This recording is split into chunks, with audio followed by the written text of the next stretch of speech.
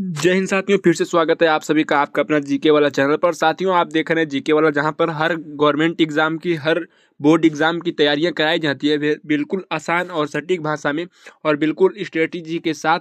तो अभी तक चैनल को सब्सक्राइब नहीं किए हैं तो चैनल से जुड़ जाइएगा। और आप स्क्रीन पे देख रहे हैं क्लास 10th का हिंदी का प्री बोर्ड एग्जाम का वायरल पेपर। ये बहुत ही वायरल पेपर है साथियों, हर जिला में यही क्वेश्चन पेपर आ रहा है, ऐसे ही क्वेश्चन आ रहे हैं साथियों। ठीक है, तो इस क्लास को आप सभी लोग अंत तक देखिएगा। अगर आप क्लास 10th में है तो आप सभी लोग देख सकते हैं कोड जो है, आपका विषय का कोड जो है साथियों, यहाँ पे विषय का कोड जो है एकदम बिल्कुल आपके सामने 801 BAB दिख रहा है। यही कोड पेपर जो है साथियों, यही कोड जो है हर हर बोर्ड एग्जाम में आ रहा है, हर प्री बोर्ड एग्जाम में आ रहा है। तो आप सभी लोग इस क्लास को अंत तक बने रहेंगे तो बिल्कुल है आप 70 में से 70 करके आएंगे, निश्चित है 70 में से जो है क्या करके आएंगे, 70 में से 70 करके आएंगे साथियों। तो आप इस क्लास को अंत तक देखिएगा। चलिए हम क्वेश्चन को देखते हैं, क्वेश्चन किस प्रकार का है। ठीक है, यहाँ पे क्वेश्चन पेपर आपको मिलेगा, यहाँ पे अपना नाम लिखना होगा, नीचे यहाँ पे नाम रोल नंबर लिखना होगा, नीचे अपना नाम लिखेंगे और बाकी जो है आगे हम आपको बताएंगे। ठीक है, अगर आप देखेंगे साथियों, यहाँ पे देखिए साथियों, यहाँ पे जो है आपका क्वेश्चन बहुविकल्पी 20 बहुविकल्पी क्वेश्चन पूछे जाते हैं प्री बोर्ड एग्जाम या बोर्ड एग्जाम में क्लास 10th में। ठीक है, तो 20 बहुविकल्पी क्वेश्चन पहले हम करेंगे, उसके बाद गद्यांश पद्यांश श्लोक और भी जितने भी हैं सारे आपको बताएंगे। आप क्वेश्चन पेपर को देख करके आप समझ गए होंगे कि क्वेश्चन पेपर बिल्कुल वायरल हो चुका है। ठीक है, तो आप लोग देखेंगे यहाँ पे क्वेश्चन नंबर 1 जो है साथियों, कह रहा है सेवा सदन उपन्यास के लेखक कौन है। तो सेवा सदन उपन्यास के लेखक, अगर आप क्लास 10th हैं, बिल्कुल अच्छी तरीके से तैयारी कर रहे होंगे तो बिल्कुल आपका राइट आंसर क्या होना चाहिए, ऑप्शन नंबर ए होगा साथियों, प्रेमचंद। क्या हो जाएगा साथियों, प्रेमचंद हो जाएगा। सेवा सदन उपन्यास के लेखक कौन है, प्रेमचंद है। कभी कभी कभी कभी क्वेश्चन ऐसे भी पूछ लेता है कि सेवा सदन किस विधा की रचना है, तो आप लोग क्या बताएंगे साथियों, तो सेवा सदन जो है उपन्यास है। ठीक है, क्या है, उपन्यास है। तो इसको भी आप बिल्कुल अच्छी तरीके से जो है समझने की कोशिश कीजिएगा। ठीक है, हमारे द्वारा बताए गए कहीं पे कोई दिक्कत होगा तो कमेंट बॉक्स में बता सकते हैं। चलिए अगला क्वेश्चन हम लोग देखेंगे। अगला क्वेश्चन देखेंगे, बिल्कुल बहुत ही जबरदस्त क्वेश्चन पेपर बना है, बहुत इजी क्वेश्चन पेपर बना है साथियों। अगर आप चाहेंगे तो सारे क्वेश्चन रट करके चले जाएंगे एग्जाम में, बिल्कुल यही आने वाला है। ठीक है, तो क्वेश्चन नंबर 2 जो है बहुविकल्पी क्वेश्चन नंबर 2 जो है साथियों, कह रहा है दुलाई वाली कहानी के रचयिता हैं, दुलाई वाली कहानी के रचयिता हैं। तो आपका राइट आंसर क्या होना चाहिए, ऑप्शन नंबर सी हो जाएगा। क्या हो जाएगा साथियों, ऑप्शन नंबर सी। क्या हो जाएगा, बंग महिला। क्या हो जाएगा साथियों, बंग महिला आपको ऑप्शन नंबर सी में दिख रहा है। बिल्कुल आपका राइट आंसर ऑप्शन नंबर जो सी होगा बिल्कुल राइट आंसर होगा साथियों। ठीक है, नेक्स्ट क्वेश्चन देखेंगे, क्वेश्चन नंबर 3 जो है आपका, आलोचकों ने गद्य की कसौटी कहा है। आलोचकों ने, जो आलोचक थे वो गद्य की कसौटी किसको कहा है साथियों, नाटक को कहा है, निबंध को, कहानी को, उपन्यास को। तो इस क्वेश्चन का राइट आंसर जो होगा साथियों, ऑप्शन नंबर बी हो जाएगा, निबंध को कहा है। क्या, किसको कहा है, आलोचकों ने गद्य की कसौटी किसको कहा है साथियों, तो निबंध को कहा है। ठीक है, ऑप्शन नंबर बी जो होगा क्वेश्चन नंबर 3 का बिल्कुल 100% राइट आंसर होगा साथियों। तो सारे क्वेश्चन आप सभी लोग अपने कॉपी में नोट करते रहिएगा, स्क्रीनशॉट लेते रहिएगा। और चाहते हैं कि इस क्वेश्चन पेपर का PDF प्राप्त करना तो हमारे व्हाट्सएप और टेलीग्राम चैनल से जुड़ सकते हैं, जिसका लिंक इस वीडियो के डिस्क्रिप्शन में अवेलेबल है। वहां से जा करके हमारे व्हाट्सएप और टेलीग्राम चैनल से जुड़िए और इस क्लास का फ्री ऑफ कॉस्ट जो है PDF प्राप्त कीजिए। ठीक है, तो हमारे व्हाट्सएप और टेलीग्राम चैनल से जुड़िए। और अभी तक साथियों चाहते हैं कि क्वेश्चन, इंपॉर्टेंट क्वेश्चन, सही गाइडेंस और एग्जाम टिप्स और एग्जाम स्ट्रेटजी और भी अच्छे अच्छे क्वेश्चन जो चाहते हैं, तो हमारे इस जीके वाला चैनल को फॉलो कीजिए, सब्सक्राइब कीजिए और इस चैनल से जुड़ जाइए साथियों। इस छोटे से परिवार का हिस्सा बन जाइए ताकि आगे का भी सब्जेक्ट जो है आपकी बिल्कुल अच्छी तरीके से तैयारी हो जाएगी। ठीक है, और चाहते हैं कि गवर्नमेंट एग्जाम की तैयारी करना, जीके जीएस रीजनिंग पढ़ने के लिए, तो हमारे इस जीके वाला चैनल से जुड़िए। बिल्कुल आपकी तैयारी एग्जाम के सटीक कराई जाएगी, हर एग्जाम की तैयारी बिल्कुल आसान भाषा में कराई जाएगी साथियों। तो हमारे इस जीके वाला चैनल से जुड़िए और अपनी तैयारी को 100% श्योर सिलेक्शन कीजिए। ठीक है, क्वेश्चन नंबर 4 देखेंगे। क्वेश्चन नंबर 4 क्या कह रहा है साथियों, स्मृति की रेखाएं, रेखा चित्र के की रचनाकार कौन है। ठीक है, स्मृति की रेखाएं, रेखा के चित्र, रेखा के या की रचनाकार कौन है, तो ऑप्शन नंबर डी में दिख रहा होगा आपको, महादेवी वर्मा। ठीक है, महादेवी वर्मा जो है साथियों, स्मृति की रेखाएं जो है रचनाकार, उसकी रचनाकार है। कौन है, Mahadevi Verma. Option number D जो होगा क्वेश्चन नंबर 4 का राइट आंसर हो जाएगा। अगला क्वेश्चन देखेंगे, बिल्कुल यही प्री बोर्ड एग्जाम में आने वाला साथियों, क्लास 10th का हिंदी पेपर है, बिल्कुल यही आएगा, इससे कोई बाहर नहीं आएगा। ठीक है, बिल्कुल अच्छी तरीके से आप समझिएगा। क्वेश्चन नंबर 5 कह रहा है, हिंदी गद्य साहित्य में शुक्ल युग की समय सीमा मानी जाती है। तो शुक्ल युग की जो समय सीमा मानी जाती है साथियों हिंदी गद्य साहित्य में, तो 1918 से 1938। ऑप्शन नंबर बी जो होगा क्वेश्चन नंबर 5 का बिल्कुल राइट आंसर हो जाएगा साथियों। इसको बिल्कुल अच्छी तरीके से जो है आप लोग याद कर लीजिएगा, ठीक है, याद कर लीजिएगा। हम नेक्स्ट क्वेश्चन पे बढ़ेंगे। क्वेश्चन नंबर 6, क्वेश्चन नंबर 6 कह रहा है शिवराज भूषण के रचनाकार हैं, तो कौन है? तो भूषण है। ऑप्शन नंबर ए जो होगा बिल्कुल आपका राइट आंसर होगा क्वेश्चन नंबर 6 का। नेक्स्ट क्वेश्चन देखेंगे साथियों, क्वेश्चन नंबर 7, भारतेंदु युग के प्रवर्तक माने जाते हैं। तो भारतेंदु युग आपको पता होगा, भारतेंदु युग जो है भारतेंदु हरिश्चंद्र जी हैं, ठीक है। तो ऑप्शन नंबर सी, यहाँ पे एक जो है लॉजिक बनता है साथियों कि भारतेंदु युग के प्रवर्तक कौन है, तो भारतेंदु हरिश्चंद्र है, ठीक है। ऑप्शन नंबर सी बिल्कुल आपका राइट आंसर होगा, ठीक है। अगला क्वेश्चन, दूसरा सप्तक कब प्रकाशित हुआ? तो दूसरा सप्तक जो प्रकाशित हुआ साथियों 1951 में। कब हुआ था? 1951 में। आपको ऑप्शन में भी दिख रहा होगा, ऑप्शन नंबर कौन सा होगा? डी होगा आपका राइट आंसर 1951, ठीक है। तो क्वेश्चन नंबर 8 का क्वेश्चन नंबर 8 का ऑप्शन नंबर डी जो होगा बिल्कुल राइट आंसर होगा। अगर आपको कोई भी कहीं पे भी शक हो तो कमेंट बॉक्स में बताइएगा, ठीक है। आप किसी भी क्वेश्चन का आंसर आप पूछ सकते हैं कमेंट बॉक्स में। और फिर से एक बार दोहराना चाहते हैं, अगर अभी तक चैनल से नहीं जुड़े हैं तो चैनल को सब्सक्राइब कर लीजिएगा, ताकि अगला क्वेश्चन वायरल पेपर जो है साथियों आप तक पहुंच सके, ठीक है। क्वेश्चन नंबर 9, लोकायतन के की रचनाकार हैं, यानी कि लोकायतन के है की रचनाकार हैं, ठीक है।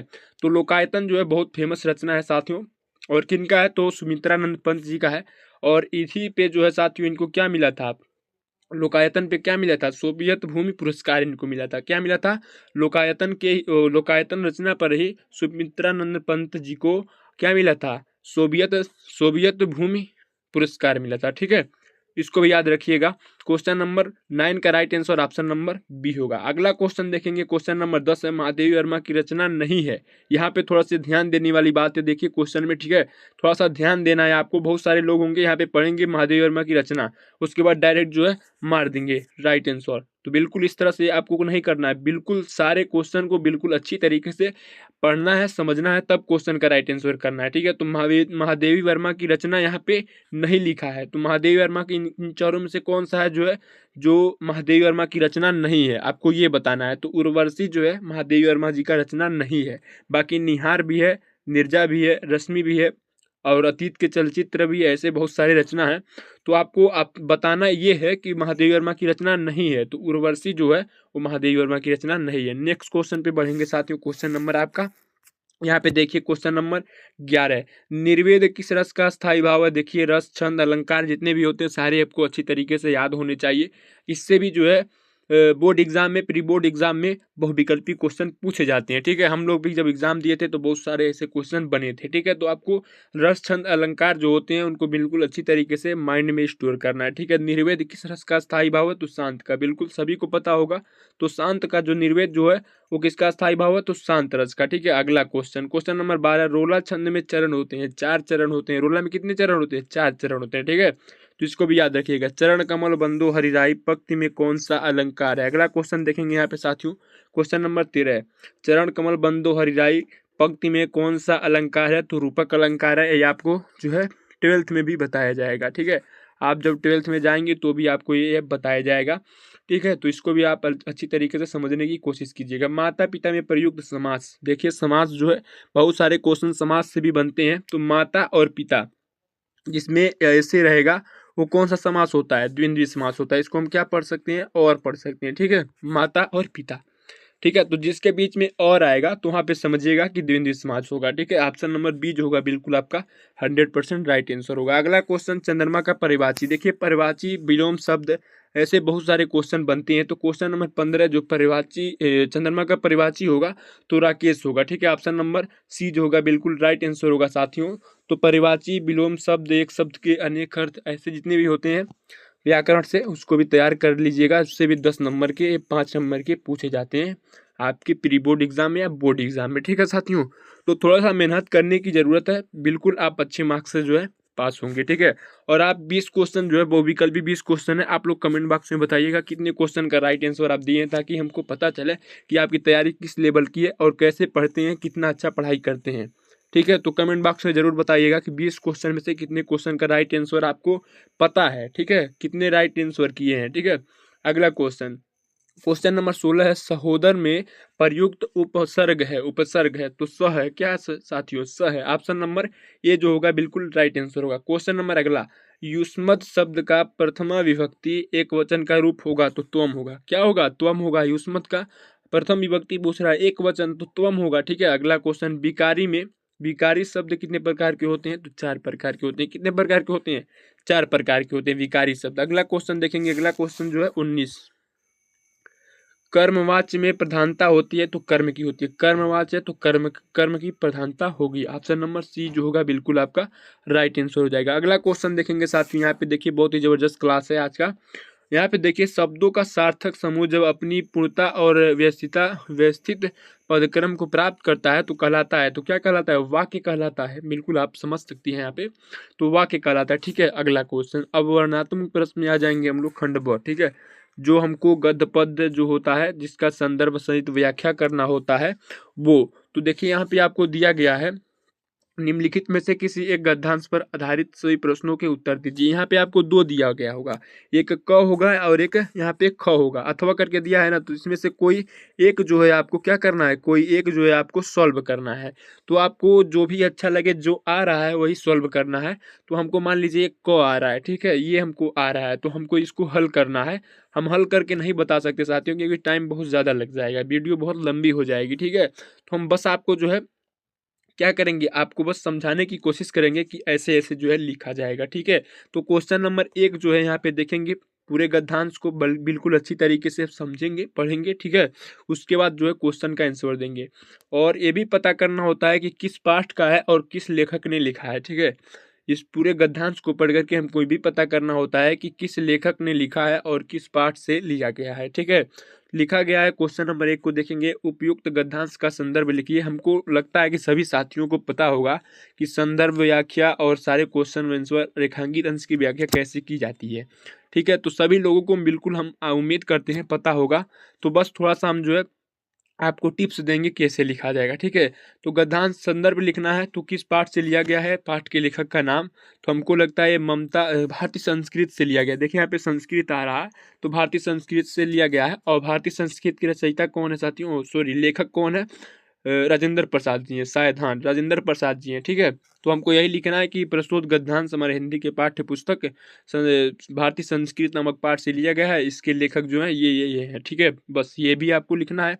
अगला क्वेश्चन जो है, हमारे देश का प्राण कैसा है, इसी में से जो है आपको पढ़ना है और जहाँ पे भी आपको मिलेगा उसी को लिख देना है। ठीक है, गद्यांश के रेखांकित अंश की व्याख्या करना है। जो यहाँ पे रेखांकित अंश दिए गए हैं जिसके नीचे जो है रेखा खींची गई है, उसका जो हमको व्याख्या करना है। तो आप लिख सकते हैं कि रेखांकित अंश में लेखक कहते हैं कि, बाकी जो आपको अच्छा लगे इसमें से पढ़ करके लिख दीजिए। ठीक है, हाँ हम आगे बढ़ेंगे। अगला, अगर आपको ये आ रहा है तो ये कीजिए, दोनों में से किसी एक को करना है। क और ख में से, क और ख में से किसी एक को करना है, या तो इसको कीजिए या तो इसको कीजिए। ठीक है, एक को करना है, दोनों को नहीं करना है, जो आपको आ रहा है। ठीक है, अगला देखेंगे यहाँ पे, निम्नलिखित में से किसी एक पद्यांश पर आधारित प्रश्नों के उत्तर दीजिए। ठीक है, तो आपको सिंपल सेम वही करना है जो क्वेश्चन नंबर 21 में किए हैं। ठीक है, तो लेकिन इसमें क्या है, इसमें थोड़ा सा क्या होता है, दोहा वगैरह होता है, ये थोड़ा सा हल्का सा कठिन होता है, लेकिन पढ़े रहेंगे तो आपको ये भी कठिन नहीं लगेगा। ठीक है, तो यहाँ पे आप देख सकते हैं क्वेश्चन आपको दिया गया है, सेम वही रहता है, लेकिन उसमें लेखक लिखा जाता है और इसमें क्या लिखा जाता है साथियों, रचयिता लिखा जाता है। ठीक है, क्या लिखा जाता है, लेखक की जगह रचयिता या कवि लिखा जाएगा। ठीक है, जैसे वहाँ पे लिखे हैं ना कि प्रस्तुत गद्यांश हमारे हिंदी की पाठ्य पुस्तक इसी से लिया गया है और इसके लेखक ये हैं, लेकिन इसमें क्या होगा, प्रस्तुत पद्यांश होगा और हमारे प्रस्तुत पद्यांश हमारे हिंदी की पाठ्य पुस्तक इस पाठ से लिया गया है और इसके रचयिता लिखा जाएगा या कवि लिखा जाएगा, दोनों में से किसी एक को लिख सकते हैं। ठीक है, तो रचयिता या कवि लिखिए और इसके रचयिता या कवि ये हैं। ठीक है, बिल्कुल आपका राइट आंसर हो जाएगा। और इसमें भी रेखांकित अंश की व्याख्या करनी होती है। यहाँ पे रेखांकित अंश दिए गए हैं, इसको जो है आपको व्याख्या कर देना है। और देखिए यहाँ पे 6 नंबर का होगा। ठीक है, 2-2 नंबर, एक प्रश्न पर 2 नंबर, एक प्रश्न पर 2 नंबर। ठीक है, आपके क्वेश्चन के सम्मुख जो है अंक भी निर्धारित कर दिए गए हैं कि इतने क्वेश्चन इतने नंबर का है। देखिए इसमें भी अथवा करके दिया गया है, दोनों में से किसी एक को हल करना है जो आपको आए। ठीक है, अब देखेंगे आगे क्वेश्चन नंबर 23 देखेंगे। देखिए ये भी 5 नंबर का, कितने नंबर का है? 5 नंबर का है। नीचे दिए गए संस्कृत गद्यांश में से किसी एक का संदर्भ सहित हिंदी में अनुवाद कीजिए। तो यहाँ पे क्या करना चाहते हो? संदर्भ सहित व्याख्या करना है, ठीक है, हिंदी में अनुवाद करना है। जैसे उसमें संदर्भ लिखे हैं कि प्रस्तुत गद्यांश हमारे हिंदी के पाठ्य पुस्तक इससे लिया गया है, उसमें वैसे ही इसमें भी लिखना है। तो इसमें क्या लिखना है? प्रस्तुत गद्यांश हमारे हिंदी के पाठ्य पुस्तक संस्कृत खंड से इस पाठ से लिया गया है, ठीक है। आपको पता होगा क्या क्या लिखना है, हमको तो भूल गया है क्योंकि थोड़ा सा आपको बस हम टिप्स दे रहे हैं कि ऐसे से लिखना है, ठीक है। तो इसमें भी संदर्भ पहले आपको सबसे पहले संदर्भ लिखना है, उसके बाद अनुवाद करना है, ठीक है। दोनों में से किसी एक को करना है, या तो क को कीजिए या तो ख को कीजिए, ठीक है। जो आपको आए वही करना है, दोनों नहीं करेंगे, ठीक है। अगला देखेंगे। अब उम्मीद करते हैं समझ में आया होगा सभी जो हम बता रहे हैं आप सभी को। अगर कहीं पे भी कोई शक होगा, कोई डाउट्स होगा तो आप लोग कमेंट बॉक्स में बताइएगा। क्वेश्चन नंबर 24 देखिए, निम्नलिखित नीचे दिए गए संस्कृत पदांशों में से एक संदर्भ किसी एक का संदर्भ सहित अनुवाद कीजिए। आपको यहाँ पे श्लोक दिए गए हैं, सर्वे भवन्ति सुखिनः सर्वे सन्तु निरामया सर्वे भद्राणि पश्यन्तु मा कश्चित् दुर्भाग्यः भवेत्। बहुत ही सिंपल क्वेश्चन है और बहुत अच्छा श्लोक है साथियों, ठीक है। यह श्लोक जो है बहुत हमेशा एग्जाम में जो है पूछा जाता है। आप क्वेश्चन पेपर उठा कर देखेंगे तो आपको 23 में भी मिलेगा, 24 में मिलेगा, 25 में मिलेगा और इस बार भी 26 में भी आने की संभावना जताई जा रही है इस श्लोक को, ठीक है। तो आपको इसको भी क्या करना है? इसको भी लिखना है, संदर्भ सहित व्याख्या करना है इसका भी और अनुवाद करना है इसका। सभी लोग सुखी हों, सभी लोग निरोग हों, यही आपका ऐसे ही कुछ इसका अर्थ होता है, आपको पता होगा, ठीक है। तो ऐसे लिख लेंगे और संदर्भ में वही लिखेंगे, प्रस्तुत पदांश हमारे हिंदी के संस्कृत खंड से इस पाठ से लिया गया है, ठीक है। बिल्कुल यही ऐसे लिखा जाएगा, आपका राइट होगा, ठीक है। यहाँ पे देखिए, यहाँ पे जो है खंडकाव्य से दिए जाते हैं 3 नंबर के, ठीक है। खंडकाव्य से कितने नंबर का आता है? 3 नंबर का आता है। तो हम लोग क्या पढ़ते हैं? मातृभूमि। यहाँ पे आएगा मातृभूमि, ठीक है, मातृभूमि। मातृभूमि यहाँ पे देखिए मातृभूमि दिया गया है, कहाँ पे? देखिए यहाँ पे मातृभूमि के लिए खंडकाव्य के नायक का चरित्र चित्र कीजिए या मातृभूमि के लिए खंडकाव्य की कथा व संक्षेप में लिखिए। जो भी आपको आएगा वो आप क्या करेंगे? लिख देंगे, आपको 3 नंबर मिल जाएगा। नहीं 3 नंबर तो 2 नंबर मिल जाएगा। लेकिन क्वेश्चन को खाली छोड़ करके नहीं आना है, कुछ ना कुछ उसमें भरना है, खाली नहीं छोड़ना है। खाली छोड़ेंगे तो कुछ नहीं मिलेगा। अगर कुछ लिखे रहेंगे तो 2-3 नंबर का है, नहीं 3 नंबर मिलेगा तो 1.5 नंबर मिलेगा, नहीं 1.5 नंबर मिलेगा तो आपको 1 नंबर मिलेगा, 2 नंबर मिलेगा। लेकिन जब कुछ नहीं लिखे रहेंगे तो कुछ नहीं मिलेगा। तो इसीलिए क्वेश्चन को छोड़ना नहीं है, आपको पूरा पूरा लिख के आना है, गलत या सही। यहाँ पे क्वेश्चन नंबर 26 देखेंगे। दिए गए इस लेखकों में से किसी एक लेखक का जीवन परिचय देते हुए इनकी एक प्रमुख रचना का उल्लेख कीजिए। जीवन परिचय जो बहुत सारे साथी याद करते हैं, 5 के 6 को याद करते हैं, लेकिन अच्छा है याद करना चाहिए। तो इसमें से आपको जो भी आएगा केवल एक का ही लिखना है, ठीक है, एक गद्य से एक पद से, ठीक है। तो तीनों में से किसी एक का लिखना है। रामधारी सिंह दिनकर का लिखिए, पदुमलाल पुन्नालाल बख्शी का, डॉक्टर राजेंद्र प्रसाद का, इसमें से भी किसी का एक का लिखिए जिसका आपको अच्छी तरीके से याद हो, उसी पे आपको लिखना है, ठीक है। तो यहाँ पे जीवन परिचय लिखना है 26, क्वेश्चन नंबर 26 में। आगे बढ़ेंगे हम लोग, 5-5 नंबर का ये भी आते हैं, 10 नंबर आपको यहाँ से मिल जाएगा। हाँ, यहाँ पे देखेंगे क्वेश्चन नंबर 27। यहाँ पे कह रहा साथियों, अपनी पाठ्य पुस्तक में कंठस्थ कोई एक श्लोक लिखिए जो इस प्रश्न में न हो। आपको क्या करना हो साथियों? 2 या 4 लाइन का जो है आपको श्लोक लिखना है जो इस प्रश्न पत्र में न हो। इसका मतलब ये हुआ कि आपको कोई अदर जो है श्लोक लिखना है 4 लाइन का जो इस प्रश्न पत्र में न आया हो, ठीक है। यहाँ पे आपको कितने नंबर निर्धारित किए गए हैं? 2 नंबर। अगला जो है आपको यहाँ पे अपने मोहल्ले में नालियों की सफाई कराने हेतु नगर पालिका के चेयरमैन को पत्र लिखिए या अपने विद्यालय से टीसी लेने हेतु प्रधानाचार्य को प्रार्थना पत्र लिखिए। ये दोनों जो दिया गया है ना, इसमें से किसी एक को करना है, या तो ऊपर वाला कीजिए या तो नीचे वाला कीजिए। जो आपको बिल्कुल अच्छी तरीके से आए उसी को आपको लिखना है, ठीक है। या तो पत्र लिखिए या तो प्रार्थना पत्र लिखिए, ठीक है।